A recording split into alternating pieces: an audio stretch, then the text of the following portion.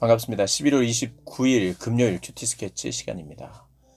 오늘 본문은 요한계시록 5장 8절부터 14절까지의 말씀입니다. 오늘 본문은 이렇게 시작합니다. 그 두루마리를 취하심에 네 생물과 24 장로들이 그 어린 양 앞에 엎드려 각각 검은고와 향이 가득한 금 대접을 가졌으니 이 향은 성도의 기도드리라. 오늘 본문은 계속되는 환상인데요. 하늘의 보좌를 보았고 그 보좌 앞에 선 24 장로들이나 네 생물이나 천상적인 존재들이 우리 그 보좌를 향하여 예배를 드립니다. 경배를 드립니다. 그 경배의 대상은 하나님 아버지이시며 또 중요한 또 경배의 대상이 성자 예수님이죠. 근데 그 예수님을 어떻게 표현하냐 하면 죽임을 당하신 어린 양. 죽임을 당하신 어린 양이 찬양을 받고 있습니다. 그분은 하나님이시고 그분의 구원 사역을 또 노래하고 찬양하는 거죠. 그런데 여기 보면 8절에 이 향은 성도의 기도들이라. 검은고와 향이 가득한 금대접이 있었는데 이 향은 성도의 기도라는 거예요. 과연 성도들이 어떤 기도를 했는가? 우리가 이 6장이나 8장으로 이렇게 넘어가 보면 이 기도 내용 중에 이 기도는 이제 순교를 당한 이 땅에서 믿음을 지키다가 억울하게 죽은 자들에 대해서 하나님 앞에 탄원하는 기도입니다. 하나님, 이 억울함을 또 이 대적들에 대해서 주님께서 해결해 달라. 그러한 기도입니다. 그러니까 어떻게 보면 이 순교자들이 하나님 앞에 정당함을 인정 받기를 원한다. 그 말은 그 대적들에 대한 어느 정도의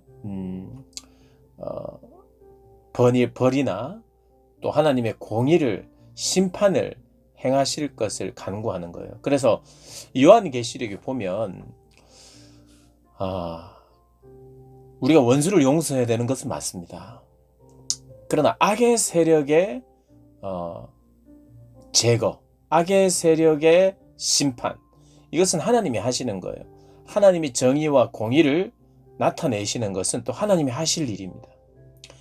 우리가 인간을 미워하고 또 원수를 미워하는 마음을 우리가 유지하면서 살아야 되거나 그 원수 갚아달라고 하는 기도를 해서는 되지 않지만 우리가 하나님 앞에서의 우리의 신앙 지킴에 대한 정당성을 하나님 앞에 요청하고 하나님이 인정해 주시기를 간구하는 것, 우리의 억울함, 우리의 눈물을 주님 닦아달라고 하는 우리의 탄원의 기도는 우리가 필요한 것이죠. 그래서 성도들의 기도라는 건 그런 것입니다. 순교자들이 하나님께 정당함을 인정받으려는 탄원, 더불어서 이 제국, 이 로마 제국이 그 우상 숭배를 하는 우상 숭배자들, 그들에 대한 심판을 하나님께서 해달라. 하나님께서 이 부분에 대해서 개입해 달라는 거예요. 우상을 숭배하는 자들, 악의 세력들, 하나님의 백성들을 괴롭히는 이들에 대한 탄원이 여기에 들어가는 겁니다. 그런데 그 기도를 하나님이 어떻게 하시냐? 들으세요. 그래서 하나님은 결국 그렇게 하십니다. 하나님의 의의 심판이 있는 거죠. 그런 의미에서 기도다, 우리가 그렇게 보면 되겠습니다. 그냥 원수 갚음에 대한, 우리 사실은 원수까지도 사랑해야 되고 그들까지 품어야 되고 그들도 구원받기를 위해서 기도해야 되죠. 그러나 오늘 본문이 말하는 바는 그걸 안 해야 된다는 뜻이 아니라 억울하게 죽임을 당하고 그래 신앙의 정당성을 인정받지 못하는 것 같이 보이는 이 일, 근데 그것이 정당성을 입증받기 위해서는 하나님의 심판이 있고 우상 숭배자들과 악한 자들에 대한 하나님의 판단이 있어야 한다는 것을 기도하는 거예요. 그리고 하나님의 판단은 있고 하나님의 심판도 있다는 그런 이야기를 하는 것입니다. 그러면서 그들이 새 노래를 부르는데 두루마리를 가지고서 그 인봉을 떼기에 합당하시도다. 일찍이 죽임을 당하시나 그 족속과 방언과 백성들 나라들 가운데서 사람들을 피로 사서 하나님께 드리시고. 자, 그럼 그 인봉을 뗀다는 것은 성도들의 기도, 그 탄원, 하나님의 공의로운 손길, 심판, 구원, 하나님 이루어 주십시오에 대한 응답이기도 합니다. 심판은 인을 뗀다는 것은 하나님의 구속의 사역이 시작되는 거예요. 그렇게 하면서 그 구속 사역을 감당하신 분이 누구냐? 어린 양이신 예수 그리스도이시죠. 그래서 그리스도를 찬양하는 거예요. 어떻게 찬양합니까? 12절에 이게 천상의 존재들의 찬양입니다. 어떻게? 악기를 가지고 죽임을 당하신 어린 양은 능력과 부와 지혜와 힘과 존귀와 영광과 찬송을 받으시기에 합당하도다.